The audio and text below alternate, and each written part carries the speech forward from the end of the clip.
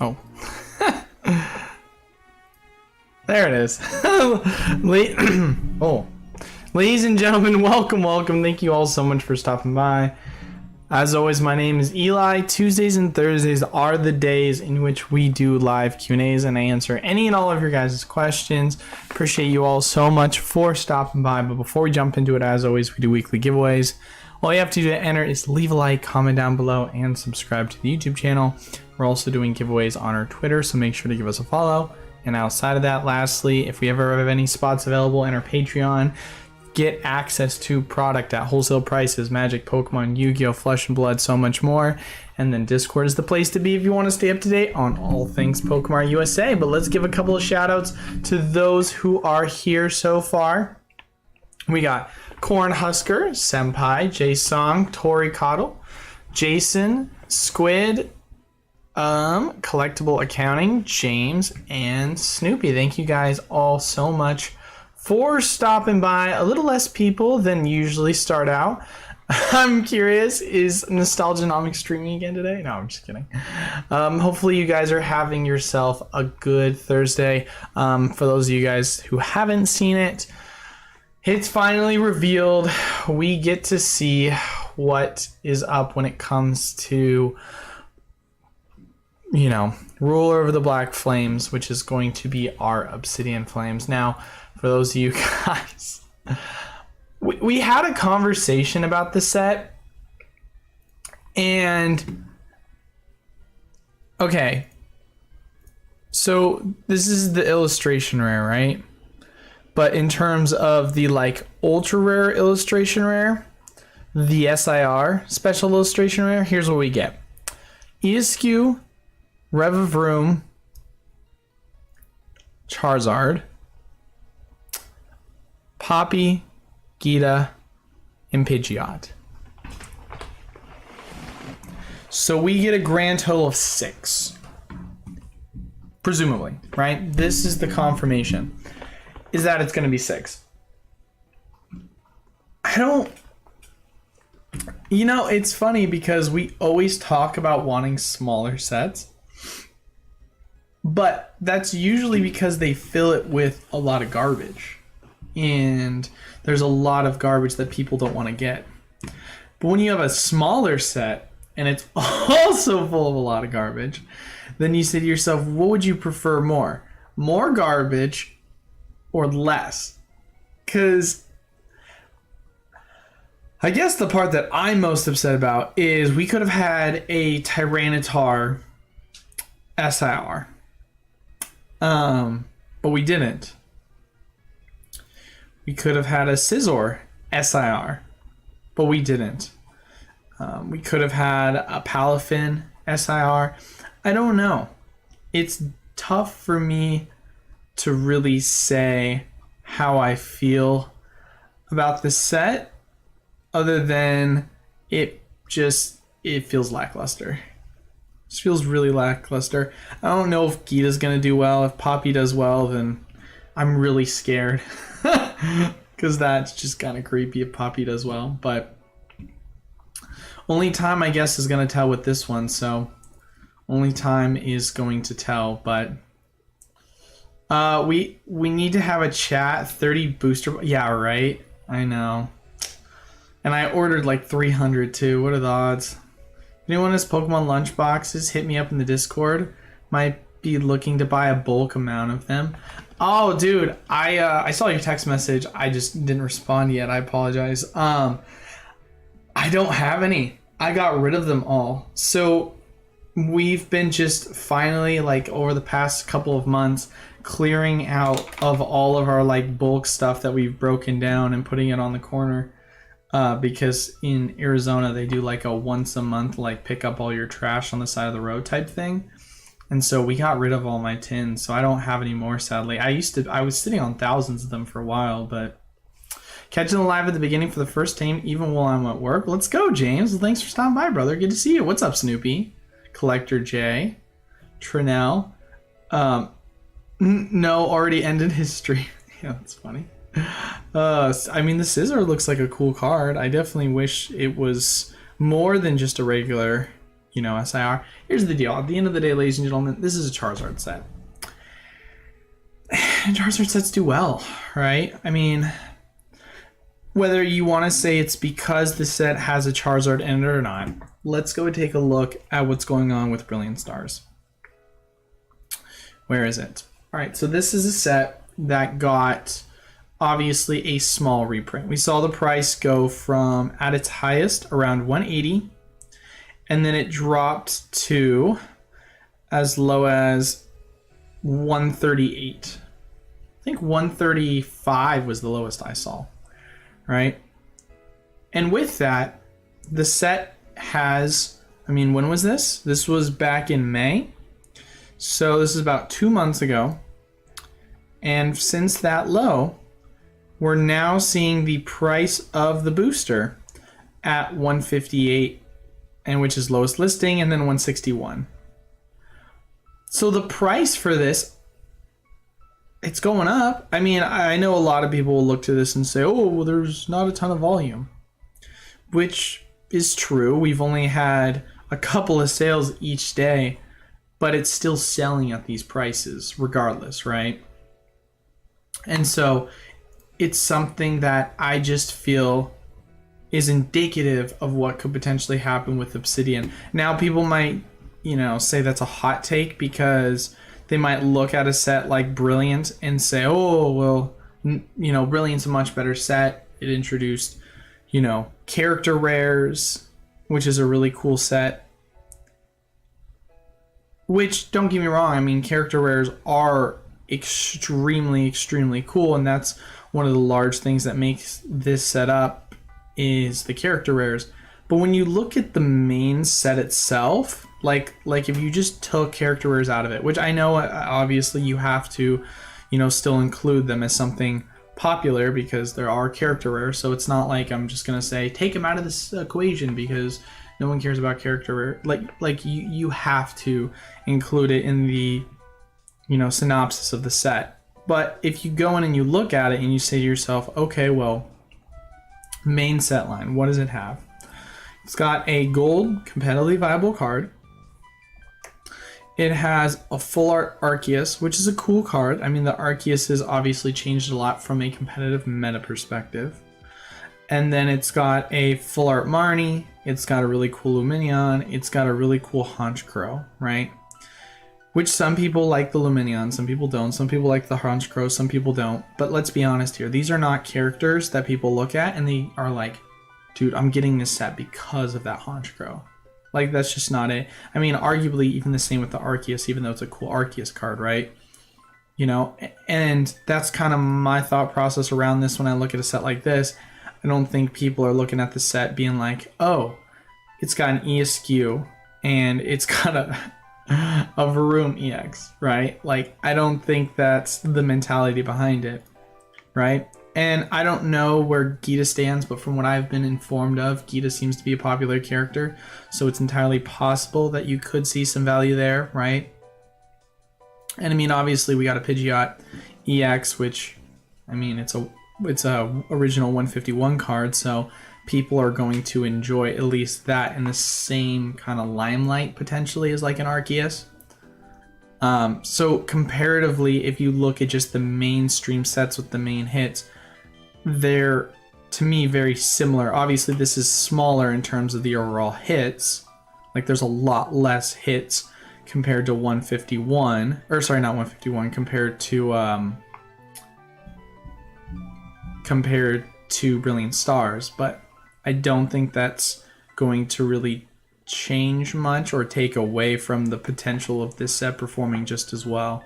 And it's interesting, too. I understand, the other set has evolutions in it. And so, yeah, I mean, to say and compare that this is as good of a set as Brilliant is obviously not true. I think Brilliant's a better set. But still, to look at it and see the similarities of the set and why it could still perform well long term, I mean, I can see it. It's got Pidgeotto, it's got Pidgey, it's got Larvitar, it's got Cleffa. I mean, it's got some original characters of Gen 1 and Gen 2 that people like. Now, it's not like the fan favorites, like a Tyranitar, which got butchered. I mean, come on. When are we going to stop doing this? Where we just take cards and we just have such layup opportunities, put them as SIRs and decide not to because for whatever reason. It's not like the Pokemon company doesn't know it sells. With Pokemon, instead of reprinting special sets, do they just release them in waves? I mean, yes and no. Like, they'll release the product in waves for these specialty sets. I mean, that's how they've always done it. But progressively, they'll just have supply that they'll just give to distributors, and then distributors will just give it to us.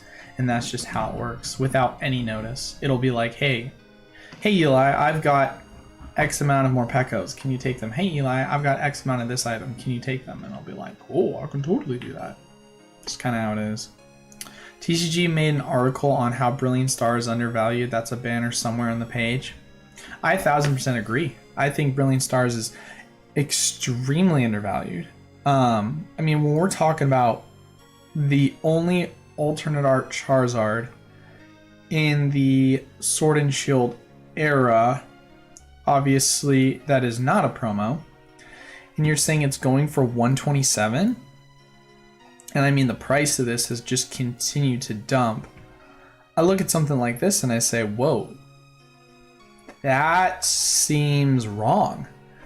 And we're looking right now and watching the price of a lot of these alternate art cards perform really well, and now they've started to finally hit their decline. Kind of. I mean, let's be honest here. Look at this. This card hasn't really stopped going up, so maybe not. Maybe it hasn't in its decline. Let's see the Moltres. How's the Moltres performing? It's kind of hitting a decline. Not like it is, but it isn't, right?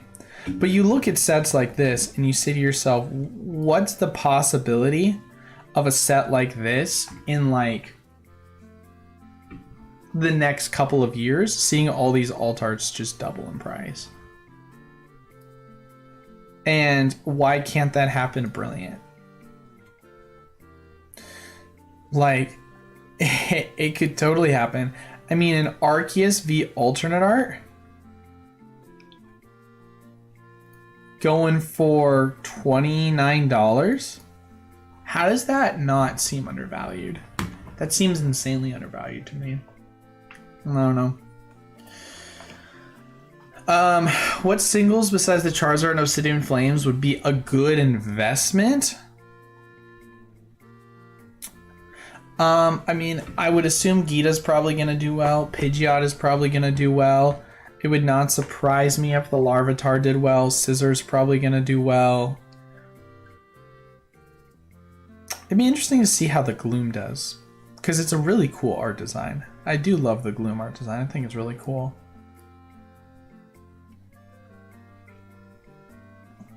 I think those are the cards that could do well. We got 2 of the Charizards. We've got 3 Charizards. We've got the golden version, we've got the regular version, and then we've got the SIR version. Hey, it's almost like it's Obsidian, or not Obsidian Flames, it's Flashfire all over again. What's up, Pika? Good to see you, brother. Thanks for stopping by. You too, FOMO.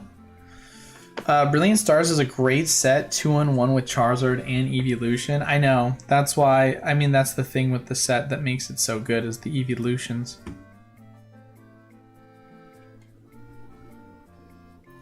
It's always interesting to hear the thought process behind Brilliant, because I've always, for the longest time, said it was the second or third best set in the Sword and Shield era. And I feel like I've heard a lot of negativity about this set, but I think that's really just based on the fact that prices have corrected. And because of that, people are looking at it in a negative way. Which is kind of dumb to look at. If anything, you say it's undervalued. Shouldn't be looked negatively because the cards were cheap. I honestly can't believe they didn't make a full art Terra Dragonite, let alone an SIR version. I know, right? I know. If you're going to have the Dragonite in the set, I mean, are they going to include it later? Probably not. Knowing how the Pokemon company tends to love to fumble. I mean, I just think back to a set like Astral. And I say to myself, Astral Radiance was such a botched set because you have Origin Form Palkia, Origin Form Dialga, right? And obviously Palkia made a huge difference in the competitive card landscape. But what is the mascot for this set? It's the Darkrai. And yet the Darkrai didn't get an alternate art. And now I obviously understand people are saying that, oh, well, it got one for Crown Zenith. And it's funny because I called that. I said it was going to get one just based on the fact that there were certain cards that were missing from each set. So it made sense that it was going to be one of the ones that gets a alt art. But still, it's a V-Star version. You could have still given a V version.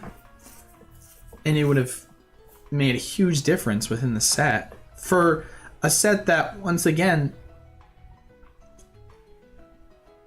it's a Darkrai on the front of the card, or on the front of the ETB. How does that not make sense to do, right? Or like, for example, another set we go look at, and we look at Silver Tempest, and we say to ourselves, okay, Silver Tempest, it's a Lugia set, right? It's got the Lugia in it. Well, you know what it also has in the set that people don't realize is it also has a Ho-Oh. And where is it? Because it's all the way down here because it's a regular full art version. Ho-Oh. Why didn't you throw in an alternate art of the Ho-Oh? People probably would have preferred that over Skunk Tank. And to have a Ho-Oh Lugia set, like a double banger, get a little bit of the Johto vibes back. I don't know. Seems like a missed opportunity. I'm confused about Obsidian Flame. Is it not only going to be one Japanese set?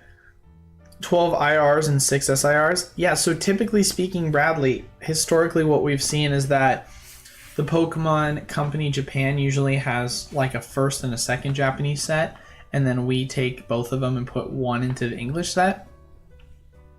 But for the first couple of sets of the Scarlet and Violet generation so far, it's been only Paldea Evolved that's gotten a double. Because Scarlet and Violet base was Scarlet and Violet base for English, and then for Japan, on Paldea Evolved, it was Snow Hazard, Clay Burst, and then for us it's obviously going to be Obsidian, and for them it's going to be Ruler. So yeah, buy out Arceus, right? BS will be one of those sets that has an absurd amount of cards over $5. I can see it. Seems like English mix and match the cards to the sets doesn't make sense for the theme. It doesn't, honestly. I concur with that. The theme for the set, I mean, it would make sense, like justifiably, in this set to have a Skunk Tank if there was, I don't know, it just if there was like a dark type theme to the set, but it like doesn't feel that way. Like, what are we saying? Because each of the characters have black on them, that's the color coordination theme to it? Like, is someone just have to have the color coordinate with the main Pokemon? I don't know. I mean, it's darker colors for the 3 alternate arts, but still, I don't know, it feels weird. Feels weird. I just feel like I look at some of these sets and I say there was missed opportunities for what they could have added in terms of Pokemon cards to make the set even greater. And I think that's what made Evolving so good. It didn't hold back. It just added more. It was everything you could want in a set to the max. And so we go in and we take a look at a set like Obsidian, and we see that there's regular Dragonite in this set. There's Tyranitar in this set. There's a Caesar in this set. I mean, you could have really gone for it and made some of these cards SIRs, and it would have changed the set.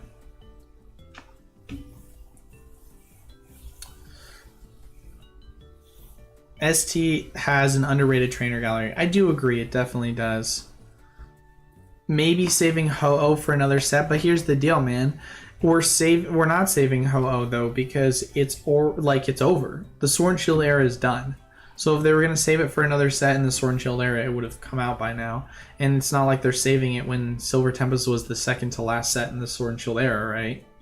Now you can maybe say, oh, well, they're saving it for the Scarlet and Violet era, but like, let's be honest here, like, that wouldn't make any sense because they're completely different art designs, they're completely different Pokemon, you know, V versus EX, and you may say to yourself, well, it doesn't matter because, you know, there's still alternate art designs, but like, okay, well, they're doing a Mew alternate art, and we've already gotten a Mew alternate art before, and 151, we're getting another Charizard alternate art, and it's like they reuse them all the time.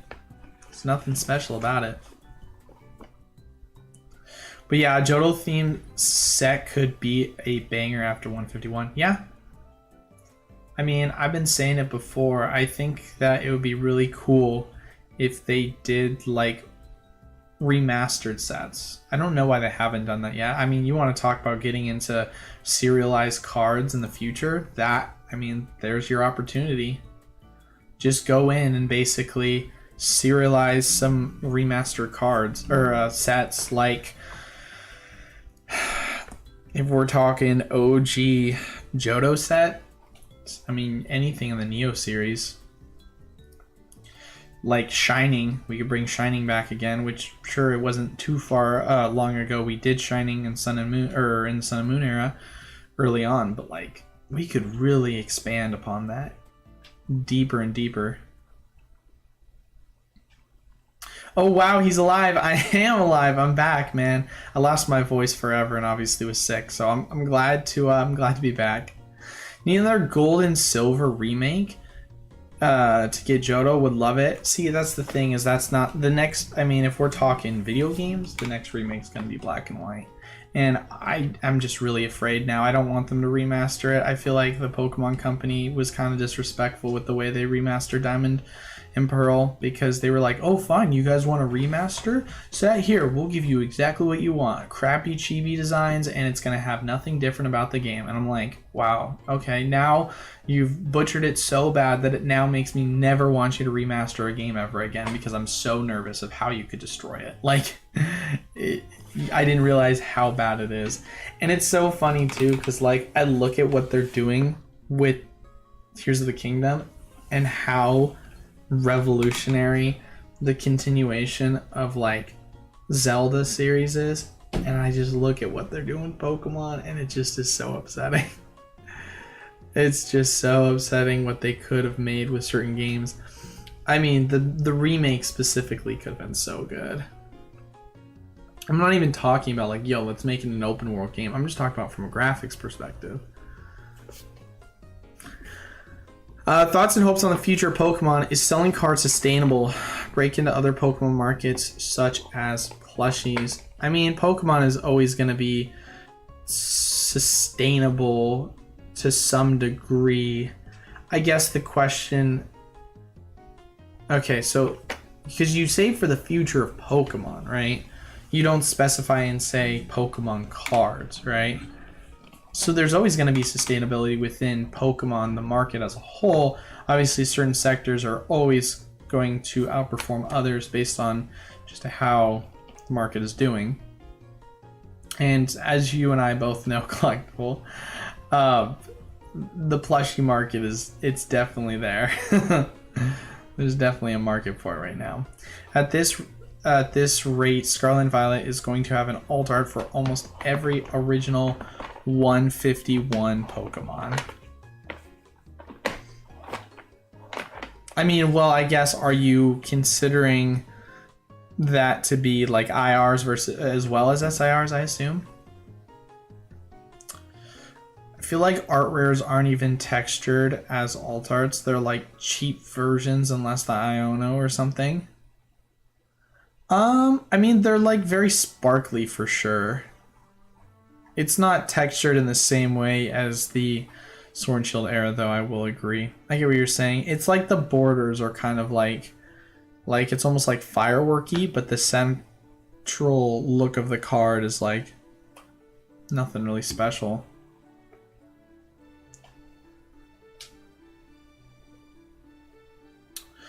Think they'll do gold stars in the next 5 years? I hope so. I love gold star cards. I just think that at this point they're just running on nostalgia, and that's just what the Pokemon companies continue to do. Like, I understand that the new art designs are innovative for the Scarlet and Violet era, and we want alternate arts to stay. But really, what is gold cards gonna do? Because when I think of gold cards, and like if they were to bring back gold cards are just shiny Pokemon that have a gold star on them. How is that any different from just the main shiny set? Not really different. They just have the nostalgic stamp on it. So it's nothing really innovative to bring, you know, to the table. Like when we had Hidden Fates, it was innovative because it was full art variations of shinies that were awesomely designed. And then obviously, you know, Shining Fates tried saying, hey, can we do that with non-popular characters? And it didn't do well. But it showed us the capability of what the Pokemon Company could do. So a part of me almost doesn't want gold stars back because I know it just running on nostalgia, not necessarily running on something cool. Now you might say, okay, well, what about alternate art shinies? We've never seen that before. But if you're going to go gold star route, you don't need to have the gold star for them to do that. You know, they could just have an EX shiny alternate art.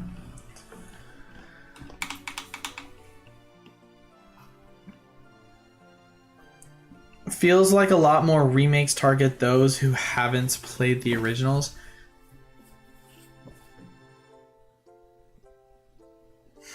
Well, I don't know. I feel like what the Pokemon Company always does within the first couple of sets is they always make the cards that are going to be in the generation for those people that enjoy it. And then once they've like kind of done that, for the first two sets, they'll just sprinkle in a nostalgic Charizard set to hopefully keep some of the 151 Geners in it, because that's the majority of people's favorite Pokemon that are from the original Gen 1. And then throughout, progressively, they'll throw in different Pokemon fan favorites that people enjoy. It's just them trying to diversely push the Pokemon that are newest, so that there's going to be art designs in that generation, as well as, you know, bringing back nostalgic cards that people always enjoy. I'm just most upset about the fact that they just miss on a lot of opportunities to have cards that people really enjoy often. I mean, it's always the same, right? It's always a Charizard, it's always a Mew, it's always a Mewtwo, it's always a... it's always Evolutions, it's always Rayquaza, it's always Lugia. Like, we need more Venusaur, we need more Blastoise, we need more Tyrantars, we need more Dragonites. Like, you just don't really see that a ton, you know? If we're talking about Gen 1 and 2 Pokemon that just aren't utilized enough. And maybe Tyrantars is being used enough, and maybe we start looking at, you know, cards like Ho-Oh and other legendaries. Kyogre Groudon. When was the last time we saw anything Kyogre Groudon related? It's been a while. What the heck in the ads? Get that crap out of here. Alright, well, I guess I just want ads. We don't need that in the background anyway. Sorry, PokeBeach, get out of here. Welcome back, Eli. Glad to see you're doing better. Hey, thanks for stopping by, Don. I appreciate it. Definitely glad to be back, because it's not a fun time. Gen 1 equals money, but I would like to see more Gen 2. Gen 2 equals money too, that's the thing. Is like, there's so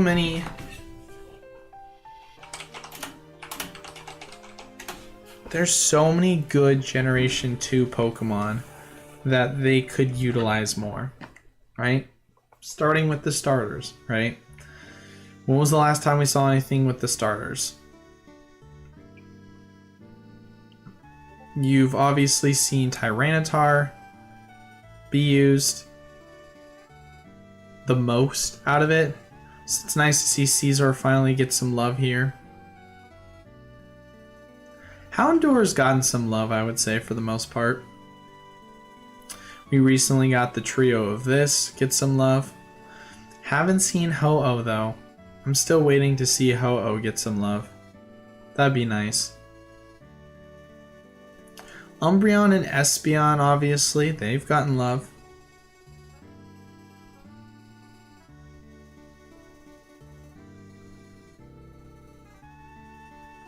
I feel like the biggest thing would just be the starters, and Ho-Oh would be the main ones.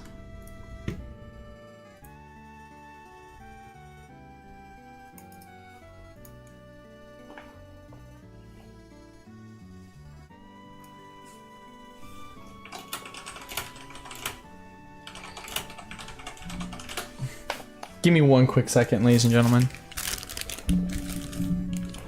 I gotta quickly do something.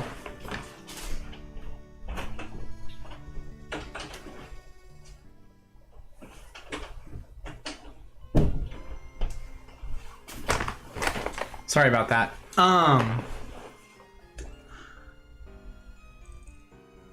What up, guys? Finally got a day off to catch the live. We need more B-Drill. Hey, what's up, Necro? Good to see you, brother. Need more B-Drill. Hey, B-Drill got an alternate art, okay? Ho-Oh didn't. We need more Ho-Oh, man. Need more for Alligator, I agree. Definitely agree about the for Alligator.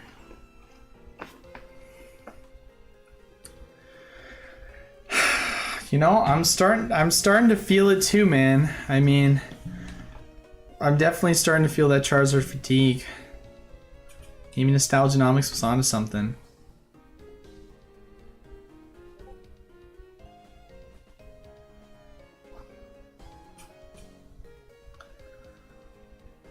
Definitely need some alt arts of the two starters.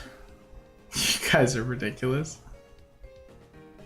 You guys hear the chair squeak.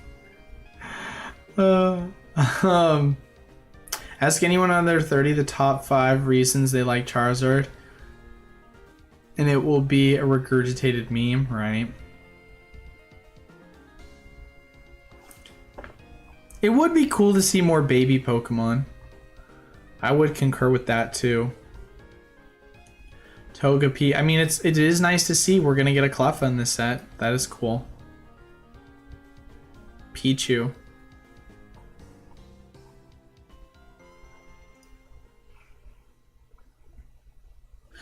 Nothing came close to Gen 2 for me. The games let you get back to Kanto. The new Pokemon were great, and Game Boy games could be linked. I mean, Gen 2 was fantastic.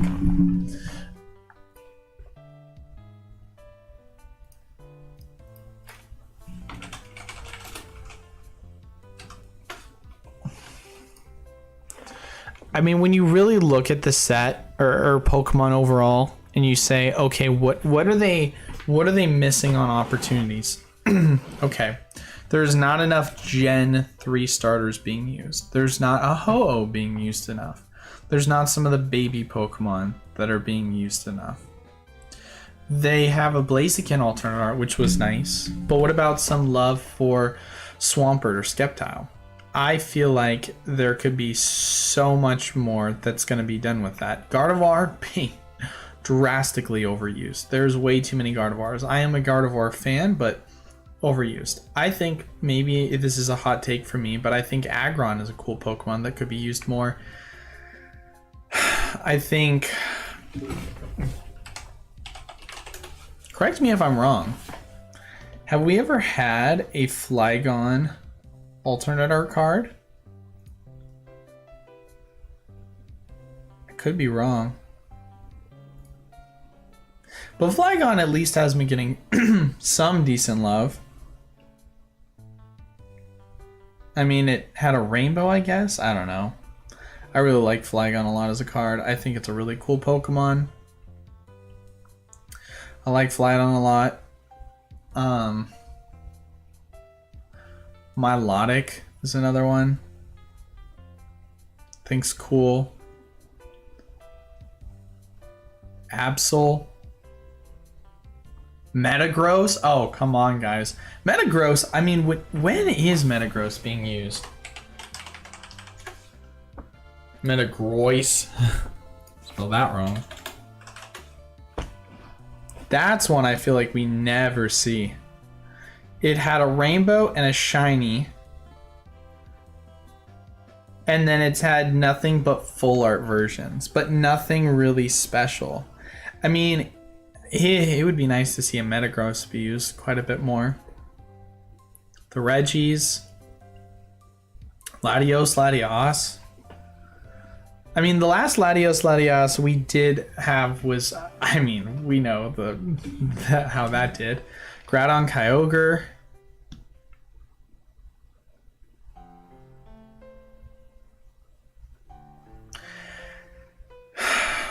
There's a lot, man. There's a lot they just don't use.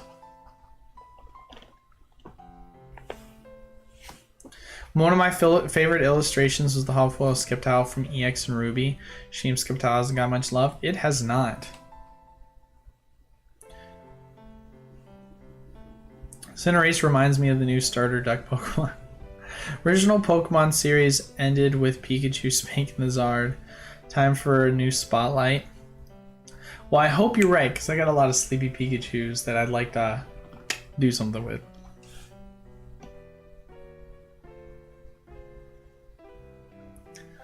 Yeah, I don't know, man.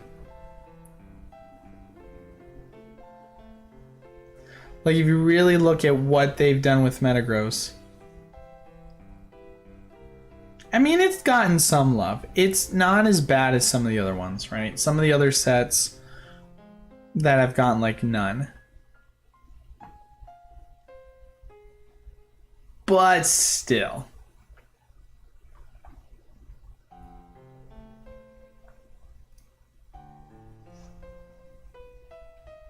Think they can pivot from Pikachu being mascot? No, never. Pikachu's always going to be their mascot. That would be the dumbest thing for them to pivot from. That's their identity, man. That's literally what Pokemon is Pikachu is the icon. You don't pivot away from your brand.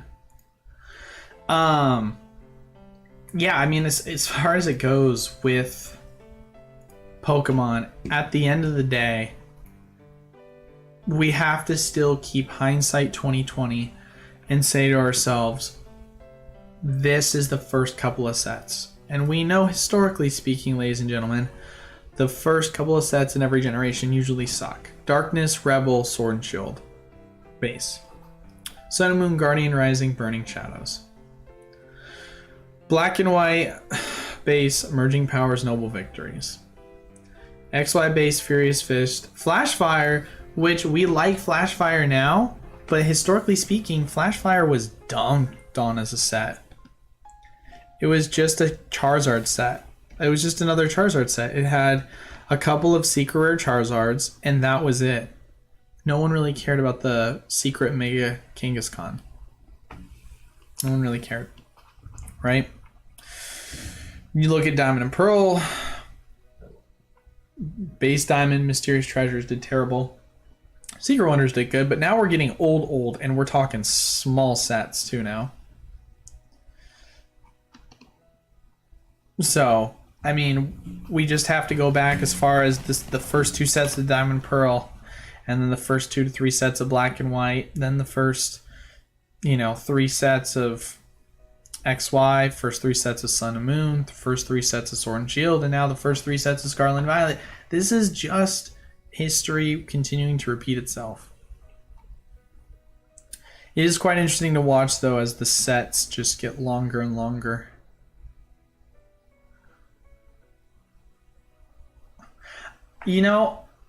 Crossing fingers, so far I have not been purged. I am hoping that I just go under the radar, because I don't post a ton on Instagram, so maybe that's why. He just undetected me, or I'm undetected because I just never post on Instagram because I'm not really an Instagram person.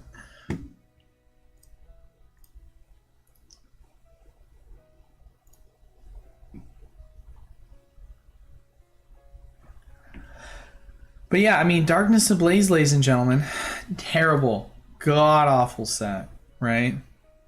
Like, absolutely atrocious set. Best card in the set. A Charizard that's going for $30.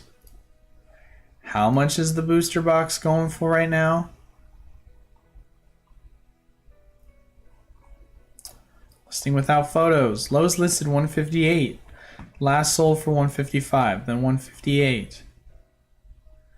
I mean,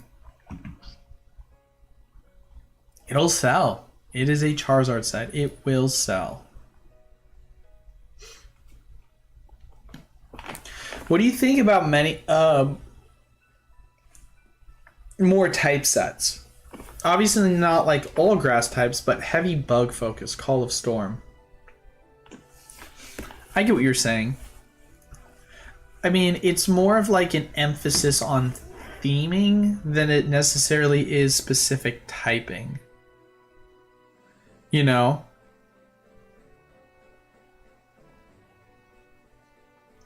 I could see something like that being done and it being successful. The problem really is you have to focus on making competing cards within the set if you're gonna do it right. So it's like single strike versus rapid strike, right? It's a similar concept, but it's better executed. Now, single strike versus rapid strike, obviously, for the sake of competitive play, is a good concept. But if you're talking about, like, you have one side, which is going to be, like, just for the sake of the example, the Furious Fists, right? Versus the Powerful Kicks, right?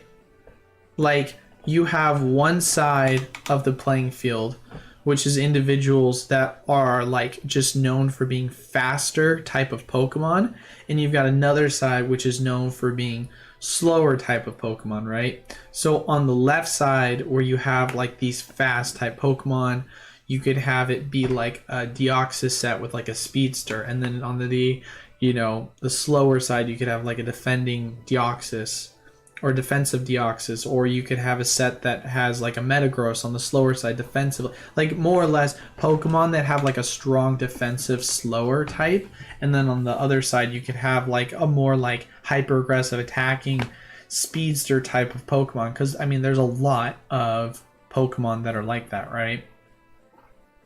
So you kind of theme it like that way, because the thing I guess I'm trying to make is with battle styles, when it did rapid strike versus single strike, it was themed around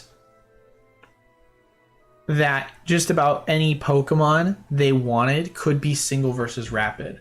But the example that I'm giving is it's Pokemon that are specifically stat based out. So Pokemon that are known for being speedsters versus Pokemon that are known for being more defensive and slower, right? Like you're bringing two types of the field of play, right? That's where I think you could, and that's a broad one you could use. Like that is a broad one you could use. Best defensive type Pokemon top 10, right? I shouldn't say type. Say best defensive Pokemon. 17 Pokemon with the highest defense, right? Let's see of this list that you could go with and say people will love it, right? So obviously Deoxys is one of the examples I gave. You've got Aggron, you've got Bastiodon, you've got Cloyster, you've got Regirock, you've got Steelix. Shuckle, dude, obviously that's the one, right? But like, it doesn't obviously have to be based on the ones with the highest within the game, but it's the ones that, generally speaking, right? Fastest Pokemon, top 20, right? We'll say fastest Pokemon of all time. Which Pokemon are known for being the fastest? We're gonna see Deoxys, right? Once again. Darkrai. Darkrai is known for being a swift Pokemon. Weavile, Talonflame. I mean, you've got a lot of different Pokemon that you can use under this format. Jolteon. When it comes to like speed, and you can go down the line and do this and be like patience versus grit, right? Or like yin versus yang, right? Like, just think of yin versus yang as a concept, and now just go down the line of different typings and then just create sets based around that. It's super simple.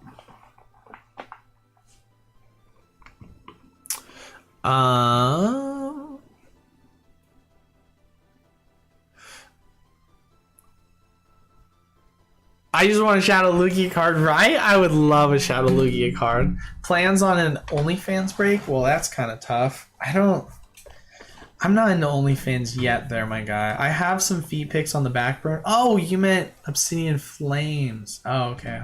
As if this is probably so overused at this point. Yes, I'll be doing an Obsidian Flames break. Or I'll be announcing it relatively soon here.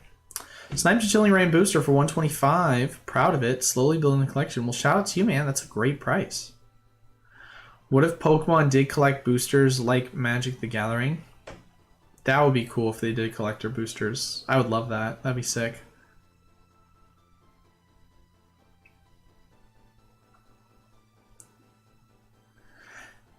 A 251? Yeah, right.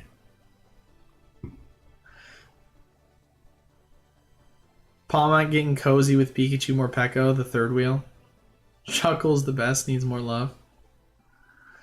It's Ray, the fastest Pokemon, extreme speed. I mean, a lot of Pokemon know extreme speed, though. Is Arcanine one of the fastest Pokemon because it also knows extreme speed? Is Lucario one of the fastest because it also knows extreme speed? Like, there's a decent amount of Pokemon that can learn extreme speed.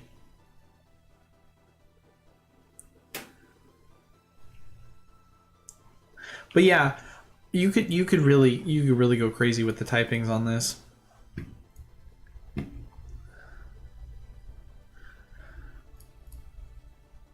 It's interesting to see too how the market is shifting right now within Pokemon. Obviously, I know that there was a video most recently made by Danny talking about how the market is not necessarily it's in a rut, but more or less talking about just the negativity within the market and how it's looking kind of weaker.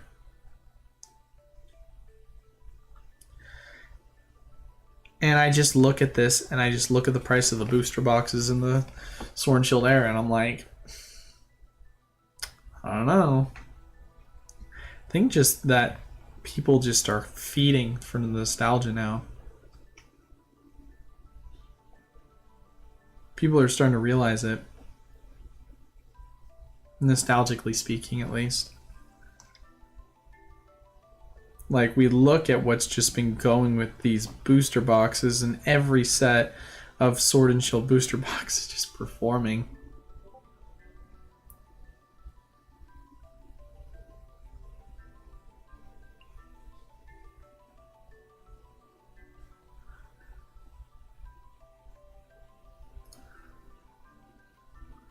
Bought a Rayquaza Hollow from Call of Legends for $90. Just got it as a PSA 8. Very happy. Hey, that's pretty cool. I'll take Ferrothorn.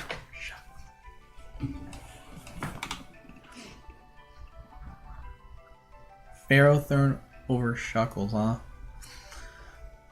See, what's also going to be the deal with Lost Origin here?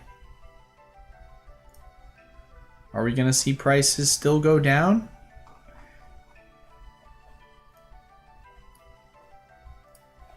We know Silver Tempest found its bottom, that's for sure.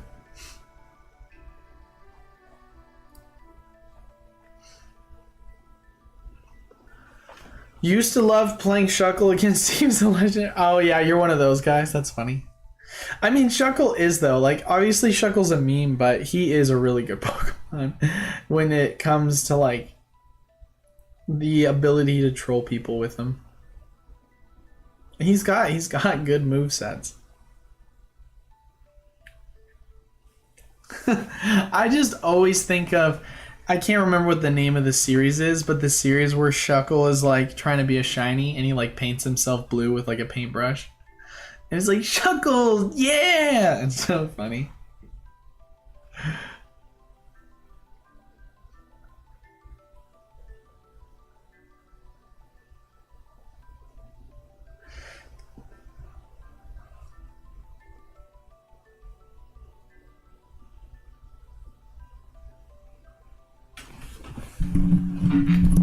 Do you think the alt art Lugia from ST is at the bottom to pick up? It's a good question. Let's take a look at it. I mean, ultimately, at the end of the day, where do we think Silver Tempest is right now? In the spot that it's in. We look at the yearly, it'll tell you otherwise. Oh my gosh. I mean, like, no, it's not at the bottom. Are you kidding me? Look at this. Look at this chart. This chart is just saying it's going down and it's going to continue to go down. I mean, it plummeted from 173 to 142.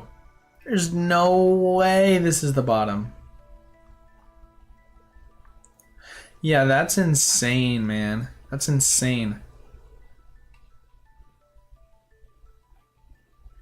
It's just keeps going down, and it's funny because you look at the chart and you say within, because it's the monthly, right? Past couple days, oh, it looks like it's kind of stopped, right? Nope, just kidding. 142, lowest listed. It's gonna sell. It's gonna sell.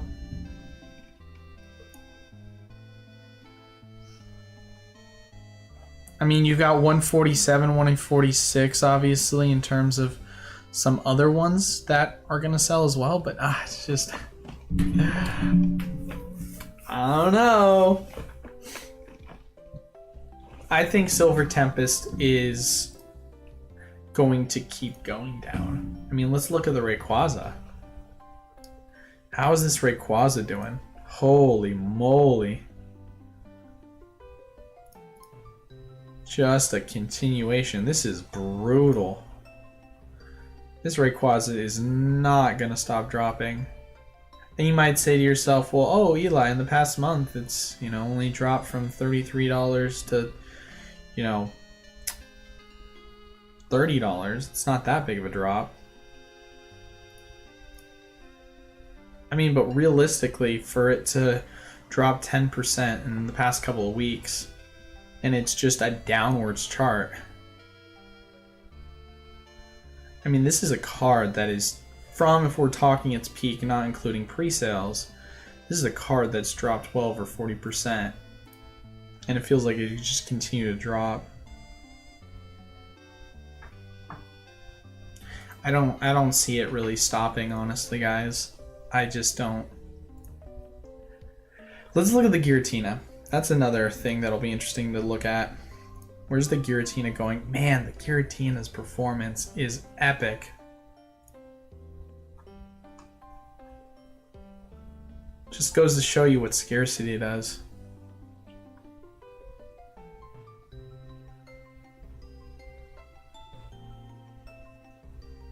Like, it's starting to dip now a little bit.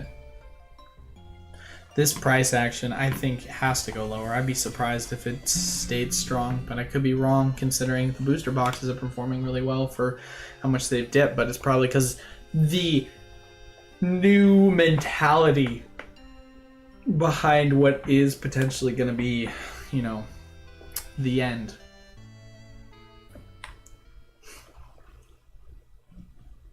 How do Pokemon decide which Pokemon get alt arts? Do they have fans vote? Nope, they just pull whatever they feel like it. Pokemon Burnout is trending. Like, you're just saying that, or it's actually like trending on Twitter? Could you look at the Charizard V alt art after? We already looked at the Charizard V alt art earlier, Michael. It's just continuing to go down, and it's insane. And I, like we discussed earlier, it's a really good opportunity, I think. But yeah, I mean, Lost Origin though. Lost Origin is still performing strong with the Giratina. But here's the real question we have to look at. What about the cards surrounding it, right? Is the Aerodactyl performing? Oh, it's low 100s. This one's been going down. There you go. I mean, it was going kind of sideways and down, but now it's really starting to go down finally. It's good to see. Or at least I think so. Hey Eli, I guess that cosmic reprint never happened. Any news? Did you and the Englishman? I mean, okay. Moving on. I'm not even going to comment on that. Gotcha. I missed that I picked up the Charizard the past week and see an opportunity in it. Yes, I agree with you. That was kind of the main contention of the question that was being asked.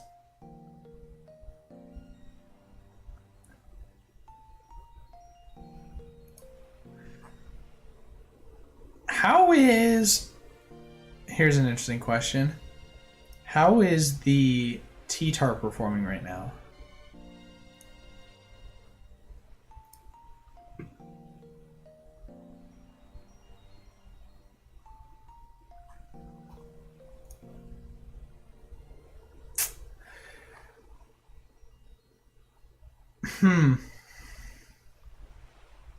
I mean, just look at this chart. That just looks strong.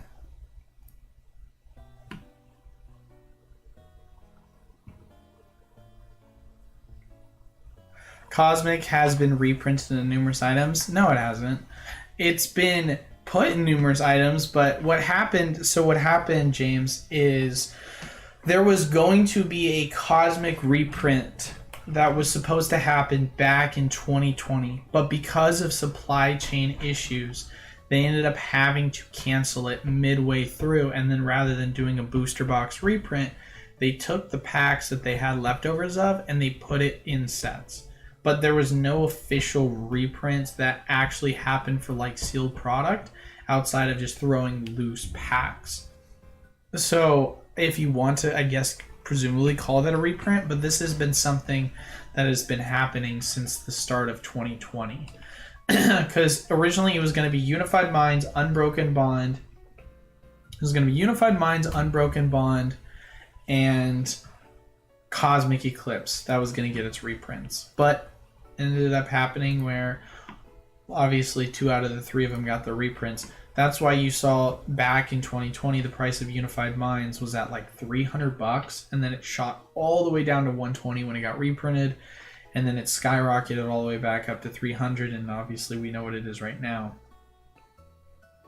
So it's interesting to see just kind of the history of what that is. Which, you know, speaking of history, I wonder if I can go back that far on my invoices. Oh, it's not going to let me. I wish I could go back and see my invoice history.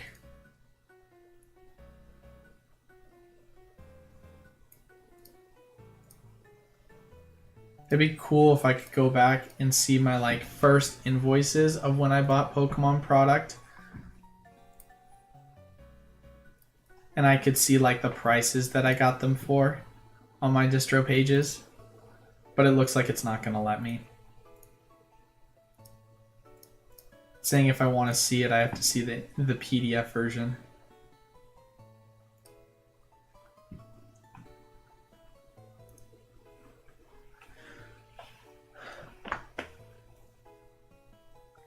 Do you have a plan on getting channel to 100 million subs? Yeah, I'm going to obviously buy Mr. Beast's channel and then change it to Pokemon USA. Easy.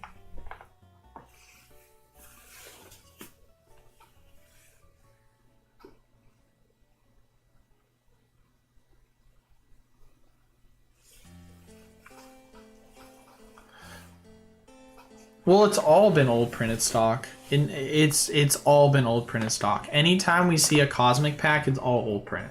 It's not new print. You can see it literally within the packs themselves.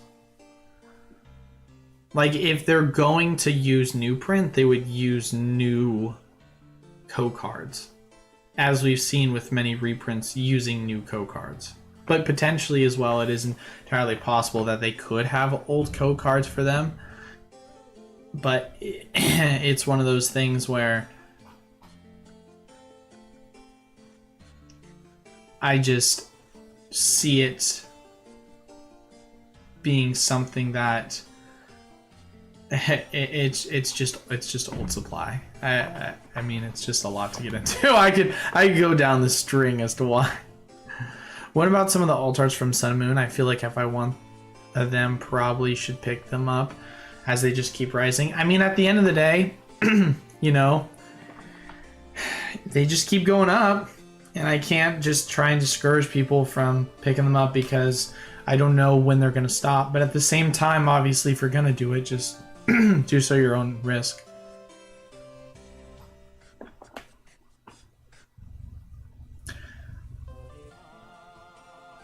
I remember EU shops listing Cosmic Booster Box reprints on Card Market in March of 2021. And they were like $2.80 a pound.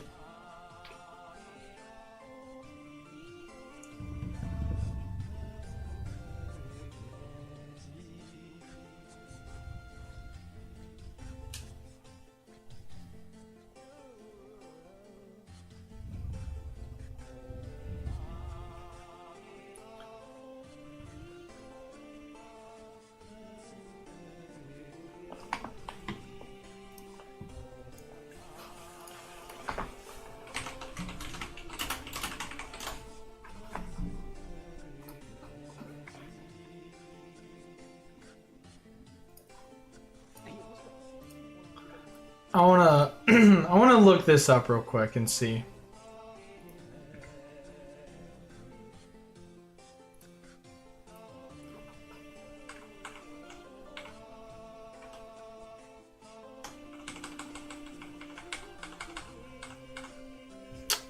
Now I have to watch an ad.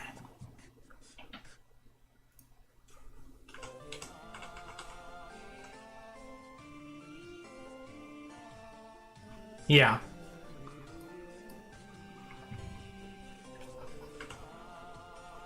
Literally.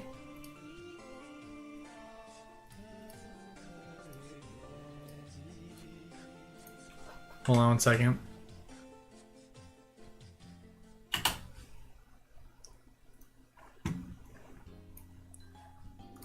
It's old code cards.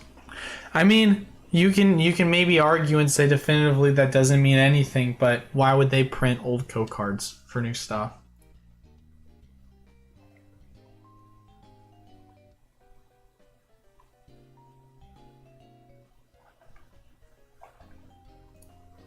I don't know.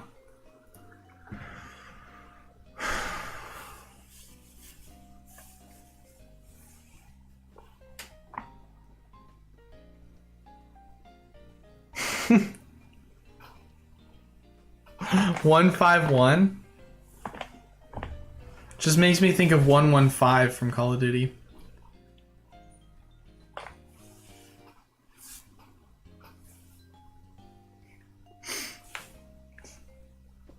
There's always workarounds. You just take the money you made and then you just rebuy product as a business expense. Boom, easy. Not legal advice, right? Eric, this is not the Patreon Q&A. That's Friday.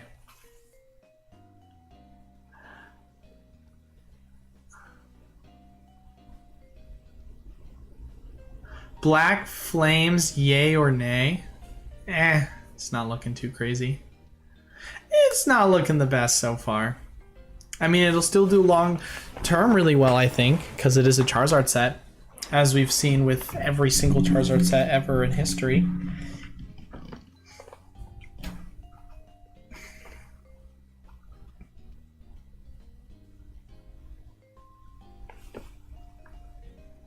Then you are dealing and not an investor. Exactly. For tax purposes, of course. Always for tax purposes.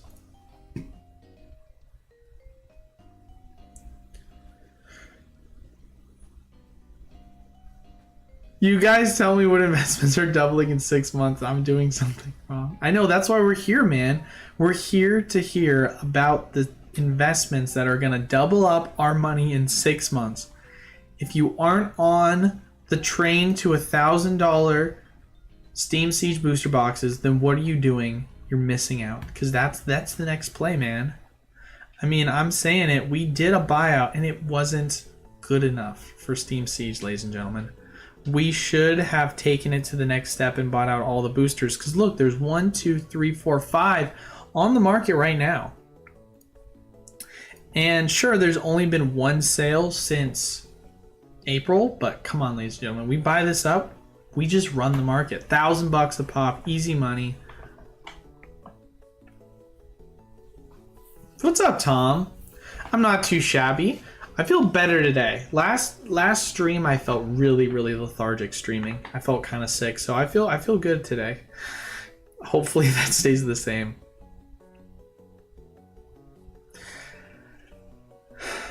You think Obsidian Flames is fun to open? I mean, the set isn't out yet, so how so? Top 3 underrated product. Underrated product? I mean, Charizard Ultra Premium Collection, must I say more? Charizard Ultra Premium Collection is obviously one that I think is extremely underrated. I think that Paldea Evolved booster boxes, you can probably pick them up for wholesale. I think at that price is underrated. And I think that Morpeko V Union boxes are underrated. There, I said it. 3 underrated. While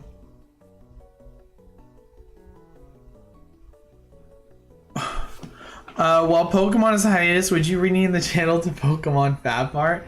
Dude, so here's what I'm kind of thinking I want to do. So I talked to you guys about it in terms of going to 3 days a week sometime in August. I have to talk to my editor when he gets back on when that official date is going to be. Because he gets back August 1st, which August 1st is a Tuesday. So presumably it will probably be Monday the 7th is when we're more than likely going to start the 3 days a week schedule, right? Because we're going to probably want to announce that on a Monday.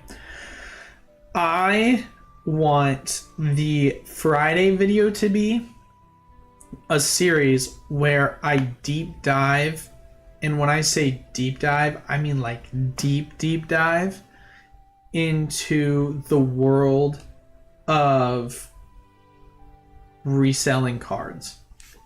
And with that, because at the end of the day, as I've continued to grow the wholesale program, man, my hair is crazy. Why'd I do that? As I've continued to grow the wholesale program, I have been blessed to get exposure to other opportunities, because it's like a community of people that all are making money and they all have different ways that they do it. And because of it, the amount of opportunities I've found in other sets or other games has been insane. Like insane how much opportunity there is in other games such as Flesh and Blood and Magic the Gathering. You know, obviously, at the end of the day, I'm a Pokemon guy at heart. I'm always going to talk about Pokemon, right?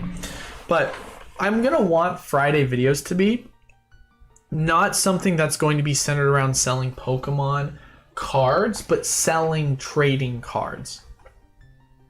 That is what is going to be the Friday segments, because that way you guys can get the continued content that you want to grow if you are specifically only Pokemon, or if you're someone that says, hey man, I'm not only Pokemon, I'm only money, and whatever I can do to make money is what I want to get into, right?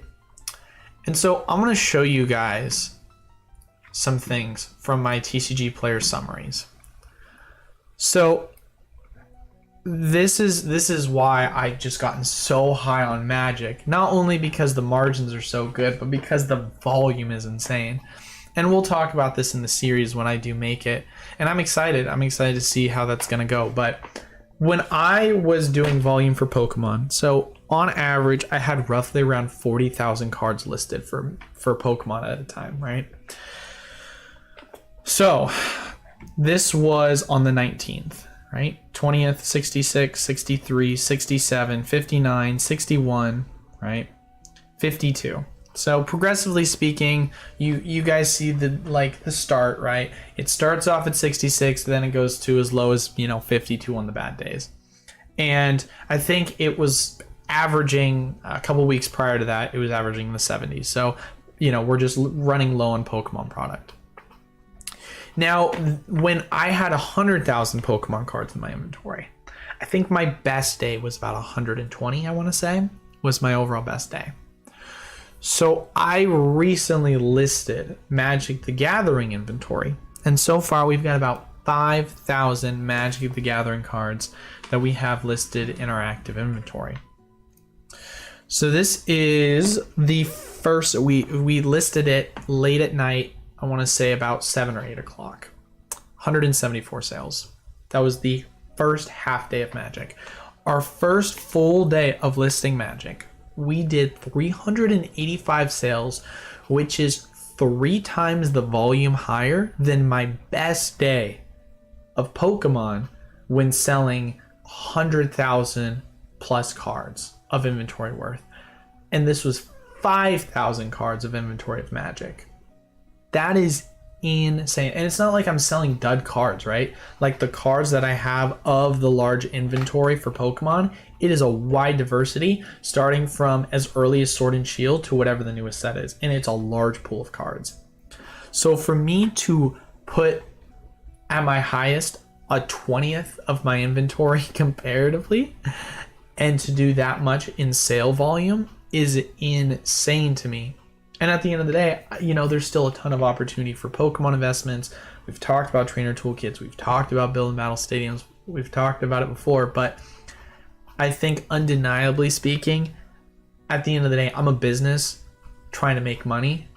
And so I'm going to sell what's going to make me a crap ton of money. And it would be a disservice for me to specifically push content that is geared towards selling singles and only talk about Pokemon because I'm a Pokemon channel when I know there's so much money you could make in other TCGs. So that's something I really want to kind of push and emphasize on when it's going to come to growing the channel back to Friday videos as well, because I mean, there's just a lot of insightful things that I've learned over the past, 6+ months since running it with Aroka, and obviously I've been doing bulk for several years now, but it's just a journey that I'm excited to turn into an actual series. And it's not going to be one of these things where it's like, I'm going to post my once every 3 weeks type content of stuff anticipating the videos to not do the best. It's going to be a full main series. I just wanted to wait until the content quality was up to par, because as you guys know, with a lot of these videos, they're usually 40+ minute videos, and sometimes I can go on tirades or tangents. I want it to be 10 to 15 minute segments of high quality content that's going to be rewatchable from continuous time and time again, that you guys can really learn the steps of how to make an absolute crap ton of money, like a lot of people are doing so in the program by selling things outside of just Magic singles, right? Or Pokemon singles. Like, it's insane, the amount of money. It's insane. Especially too, because look at like talking about hedging, right? Like when you talk about hedging in a market, obviously, we like to talk about hedging in Pokemon when comparing singles to sealed, but we can also hedge in other collectibles. My channel might be, Pokemart USA. Yeah, Opportunistic Mart USA. There you go, baby. Yeah, I like that. That's good. Do you think the massive print this year and last brings us junk wax era for Pokemon when in 10 to 20 years would be viewed as junk? I think maybe people are bullish reporting. Not at all. I don't think so at all, because as Pokemon continues to scale over time and more people continue to come into the hobby, then we're right now looking at cards that are in the sub 1,000 population, and we're saying that's low pop. Right? Sun and Moon era cards that are like around the low 1,000s or sub 1,000, we're saying that's low pop. In the next 5 to 10 years, we're going to be looking at cards that are going to be in the 5 to 10,000 population. You know, obviously this is a wide range, so we don't know what that exact range is going to be, but we're going to be like, whoa, that's low pop, because the average main card's going to be 3-4x times that, because it's just going to continue to scale. Pokemon keeps breaking records for their sales, and they're going to have to continue to print more because of that. And as they continue to print more, the supply long term for a lot of the newer sets is going to continue to get higher and higher and higher and higher. And so scarcity is going to continue to occur. And by scarcity, I mean just like the supply is just going to be smaller and smaller year on year.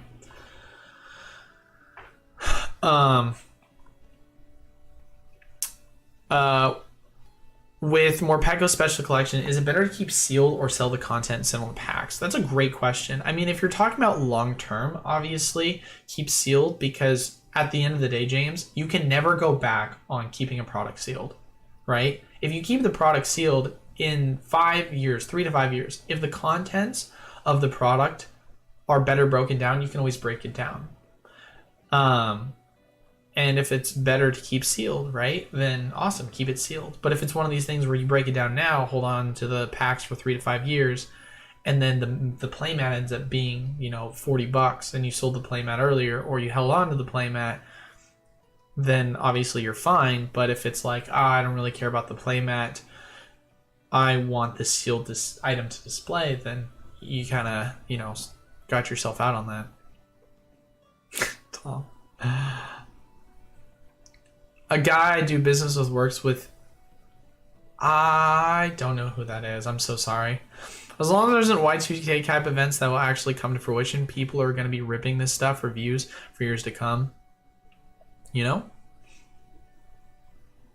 Teach us about the market. Take us to the moon. He needs to change it anyway in case of Pokemon coming after him like the Poke people in Instagram, right? I mean... Hey, appreciate it, Alfred. Always good to see Alfred in the chat. The epitome of working smarter. What's the average profit margin on these magic sales? 40 to 50% margins. 40 to 50% margins. So I have been using a website which people know about in the program.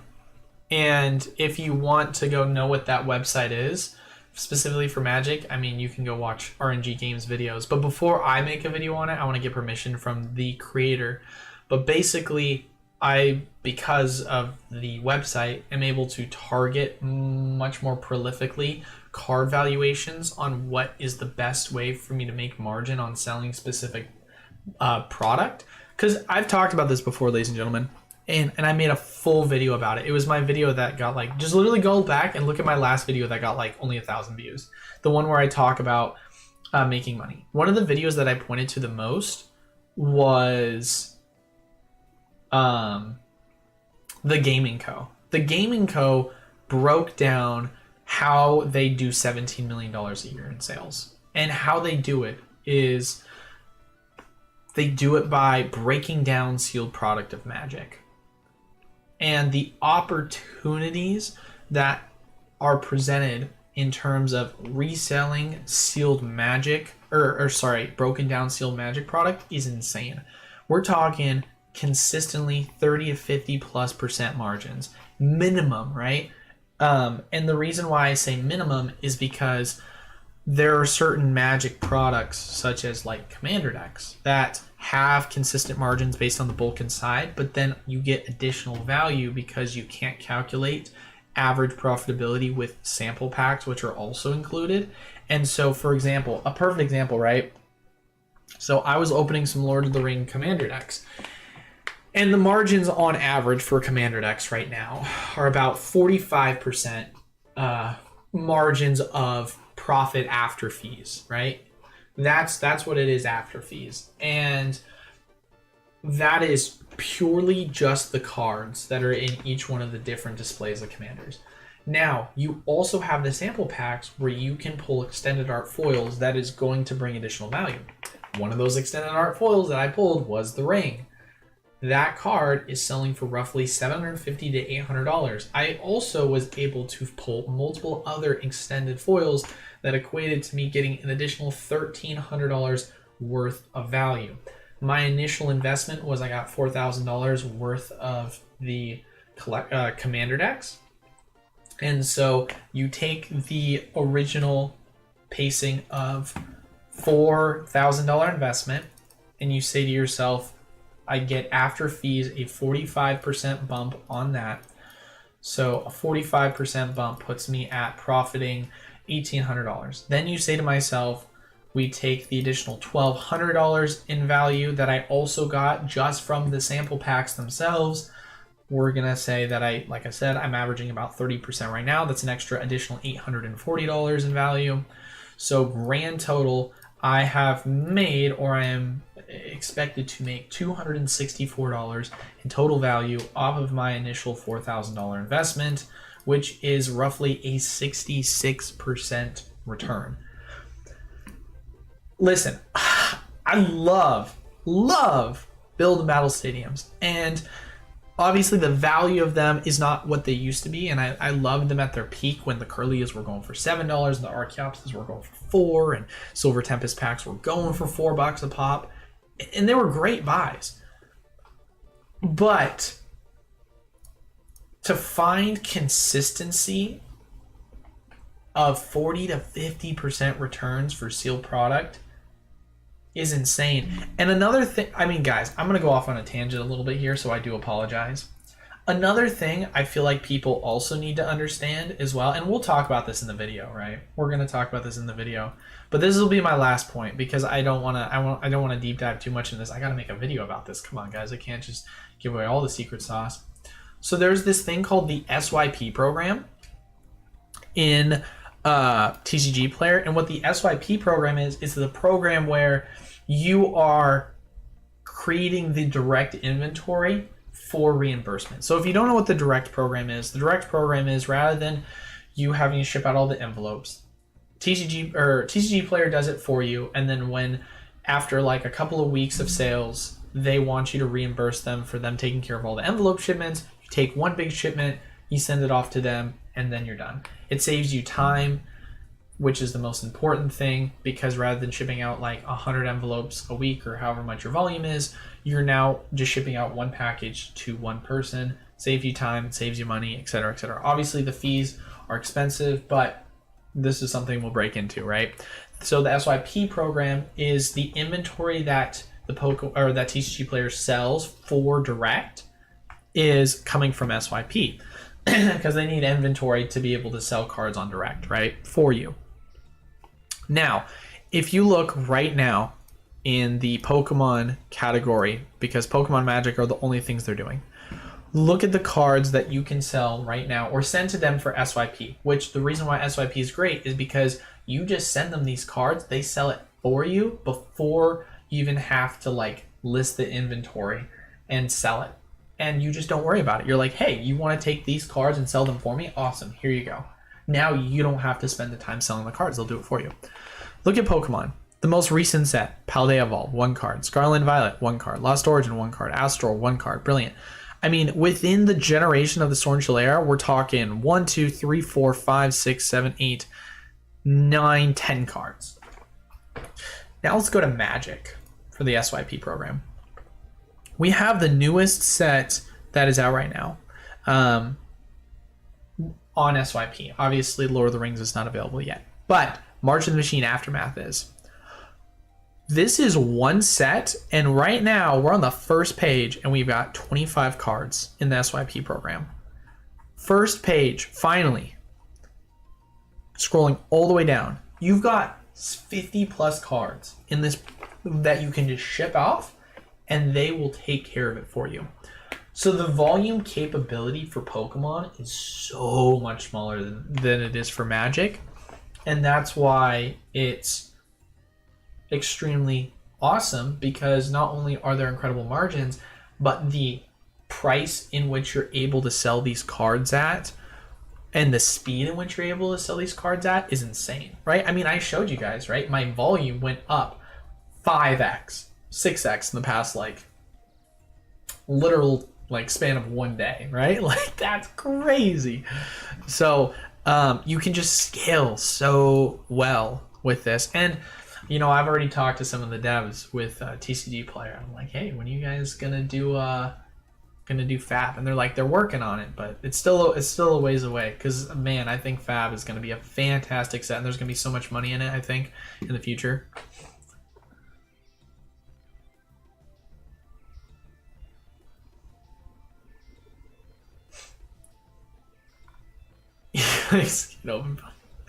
It is not, dude. I opened 1,000. Oh, well, actually, maybe I am. No, I'm just kidding. I opened 1,000 Teemo Paldea packs. It's definitely not as good now as it was before. It's just corn. It's just because that Magic is a game that is popular for multiple different reasons. One, it's got multiple different formats that you can play, versus Pokemon, it's basically standard. Sure, you've got Expanded and Legacy. No one plays Expanded and Legacy. I hate to break it to you, right? And then also as well, because they have a reserve list, a lot of the cards are going to continuously be viable for play historically, versus we have our standard rotation, which is every 2 years. Then on top of that too, the game itself of Pokemon, I hate to break it to you, it's not as good of a competitive game as some others.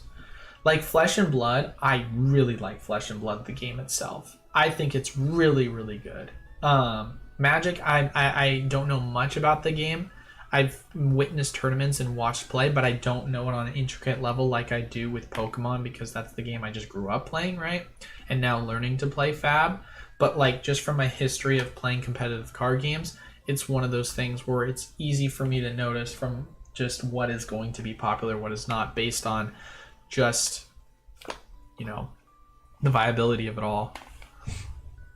Like Pokemon is going to be one of those games that it's going to be the collectability aspect. It's going to be the IP that is going to be incredible long term, right?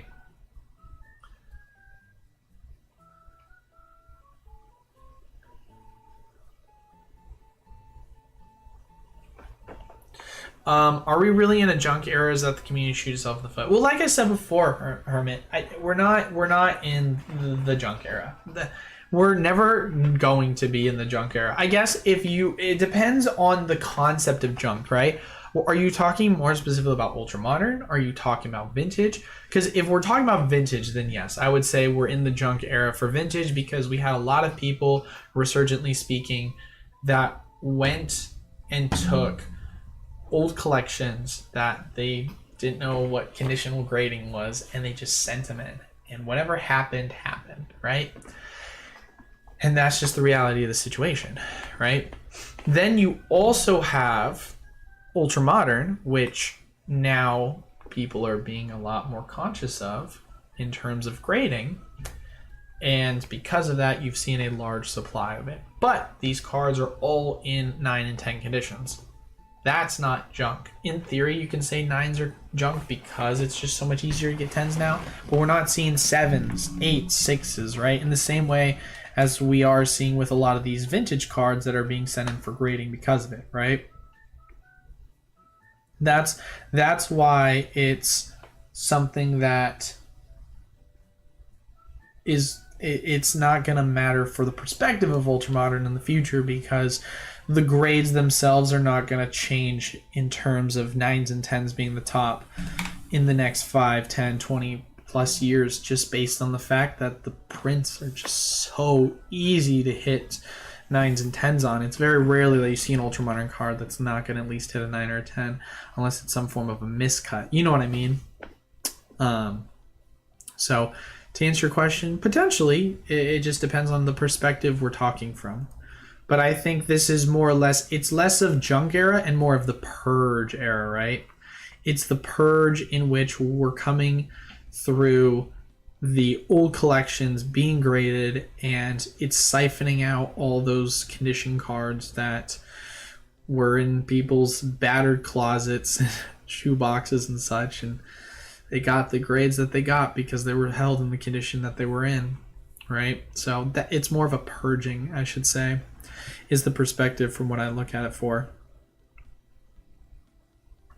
Eli, if you're put in charge of naming the next mainline set for the TCG, what are you calling it? Or I assume you're probably talking about Pokemon.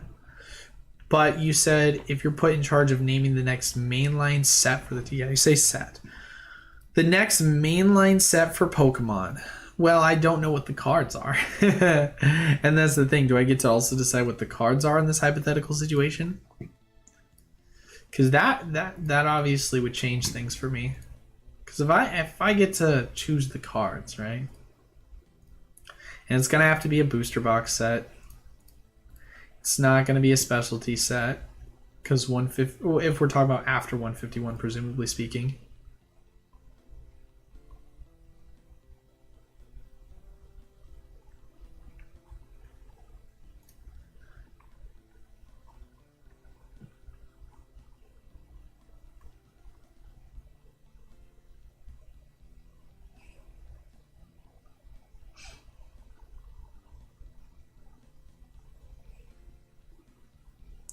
Jason Page Pokemon singles.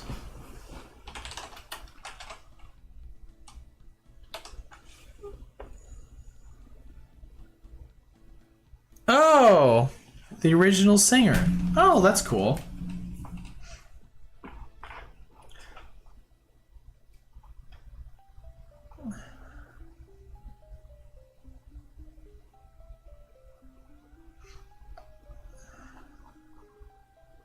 I don't know, call me boring. I'm not one of those people that gets like really fanboy or fangirl over that like kind of stuff.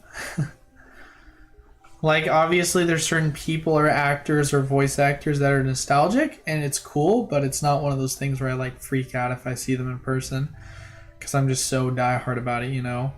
It's nostalgic, it's cool, but I'm not like in the know and keeping up with them and what they're doing. Bring back Dark-type Pokemon and Shadow Pokemon, remake Pokemon XD. You know, I would be a huge fan of that. I mean, Pokemon Go is, I mean, with Niantic building it, they have Shadow Pokemon in the game, so it's capable. He did one thing and wrote it really hard. It's like the equivalent of being a huge fan of The Office and then watching like Kevin or like Stanley or Angela or like just any of these side characters try and do something with themselves, whether it be through podcast or going on talk shows where that's the only thing they discuss and that's kind of it, right? It's not like there's anything new that they're doing as actors. In the same way like John Krasinski, for example, has been in so much, and he's obviously produced his own film with A Quiet Place. Like, there's a lot more that's going on with him compared to a lot of the others. And it's kind of how I see it in the same way. I meant it more like there's a lot of negativity around the hobby, and that's having a domino effect. Oh, so are you not talking about junk slabs? That you're talking more about junk isn't like the new sets are junk? I guess I'm a little confused by that. I don't mind the time right now. Gives me time to build out long-term positions in both singles and sealed product. Yeah. No, it makes sense. I mean, and at the end of the day, right? Is there a lot of opportunities to pick up Pokemon in the Sword and Shield era for dirt cheap? Or a good price? I mean, other than really Crown Zenith, these booster boxes, they're not at where they were a year and a half, 2 years ago. Correct, he says. Okay. We're not. No, we're not. People are being hyperbolic then, Hermit, to answer that question. People are being extremely hyperbolic because at the end of the day, what are we doing right now? We're in the first 3 sets of the new era, and every first 3 sets of an era usually performs really well in the short term. Obviously, we can go back and look at Flashfire and say, oh, you know, it's a set that people are paying a ton of money for, but if you still look at Flashfire as a set, it's really a crappy set. It's got only Charizards and a Kangaskhan. There's nothing you want in that set. Same thing goes with XY Base, same thing goes with Furious Fist, same thing goes with, you know, Burning Shadows or Darkness Ablaze. Like, no one cares. This is just history repeating itself since the XY era.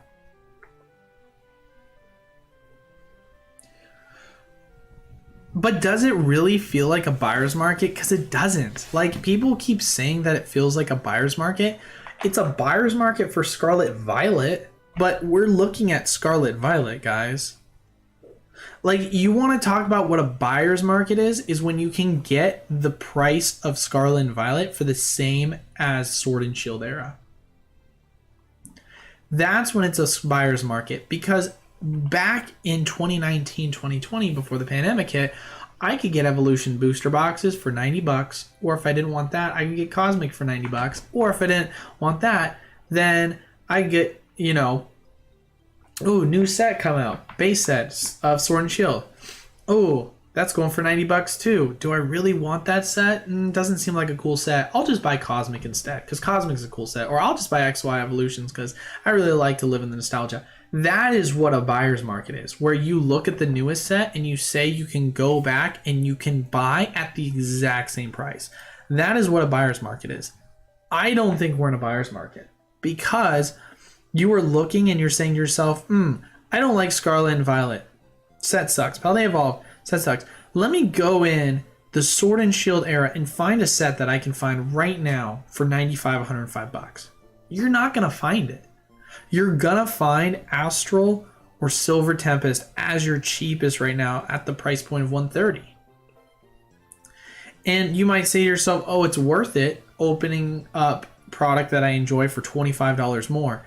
But it's not comparatively to say that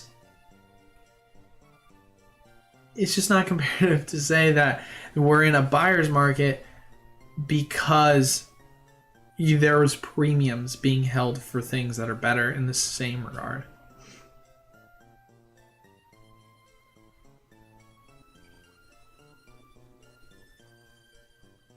Victory Road would be a sick name for a set.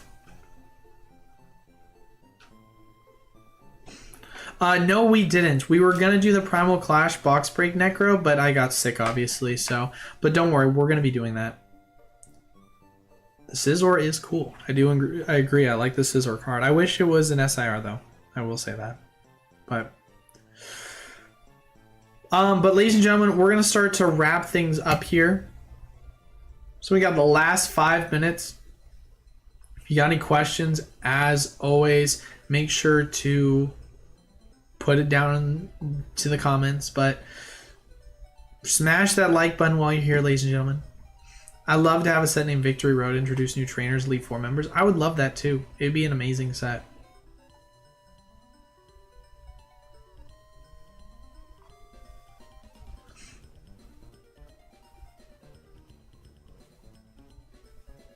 Victory Road would be such a good set name. I'm surprised they haven't done a set like Victory Road yet. Man, there's so many good sets that they could make that they're not. What a bummer. What a missed opportunity.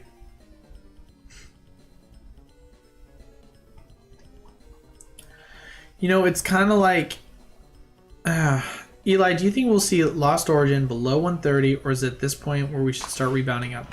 I think it's possible we could see below 130 if you're talking about on TCG Player right now. I know some places you've been able to pick it up for 125, 130, but it's if we're talking just TCG Player prices, it's possible, but if in the next 2 to 3 weeks we don't see it move from 138 and it just kind of sits at 138, then I start to believe that that's the bottom. It has been a while. I'm glad to be back, man. No question, just happy to have you back. I appreciate that, Ben. But yeah, I would wait a little bit, Roger, before I definitively say that.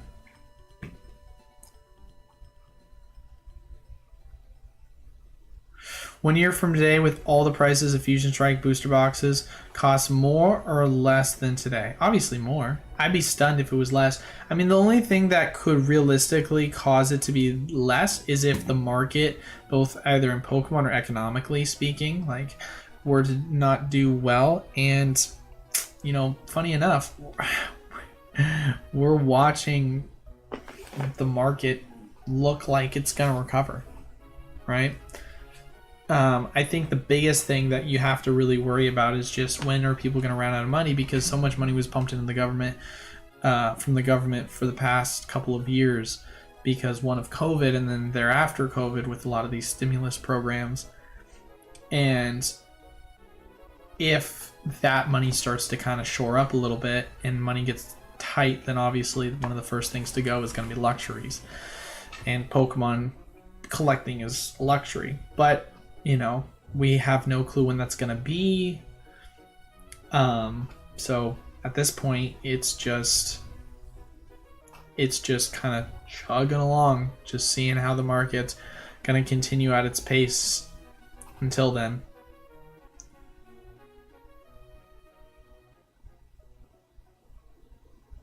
Of course, thanks for stopping by, James.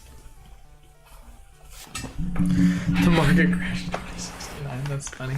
All right, ladies and gentlemen, I think I'm going to just wrap it up here. I want to thank you guys all so much for stopping by, as always. Make sure to leave a like, comment down below, subscribe if you want to enter into weekly giveaways, and then Twitter as well. We do giveaways, so make sure to give us a follow on that.